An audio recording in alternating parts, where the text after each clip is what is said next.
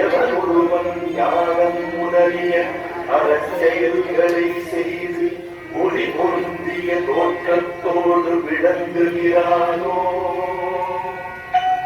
அவன் மட்டுமே கடவுளின் அனுக்கிரகத்துடன் அவரோடு ஐக்கியமாகி அவர் அருளை பெறுகிறான்.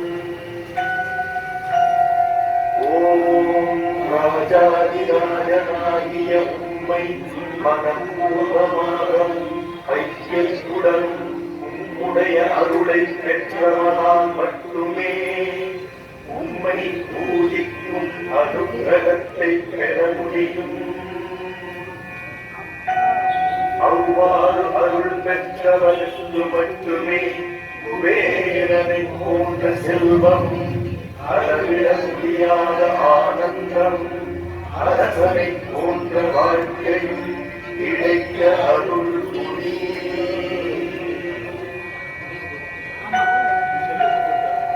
உலகம் போற்றும் தனது நாட்டிலும் பேரும் புகழும் கிட்டும். அங்கு துன்பங்கள் இருப்பதில்லை. உலகோர் அனைவராலும் போற்றப்படுவான்.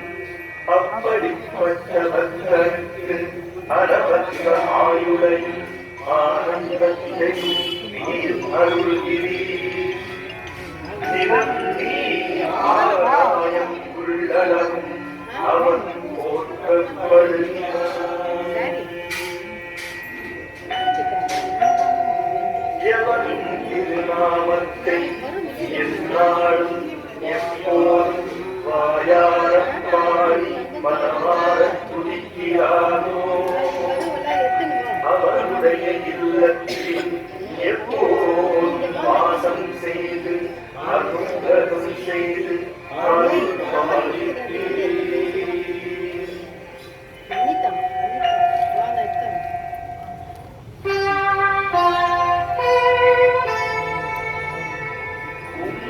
சரணடைந்த பக்தர்கள் அவர்கள் அறிந்தோ அறியாமலோ முற்பிறவியில் செய்த செயல்களாலோ வாக்கினாலோ உங்கதை சொல்லும் போது ஏற்படுகிறாலோ அடுத்தவரை பார்க்கிடும் பார்வையாலோ மனத்தால் தினம் தினம் செய்திடும் எல்லா தவறுகளையும் மன்னித்து கருணையுடன் அருள் பாலிக்கும் பிரபுவாகிய சாயிநாதனே, சச்சிதானந்த சத்குருவாய் காட்சி அளித்து அருள் பாலிப்பவரே, எல்லோருக்கும் சகல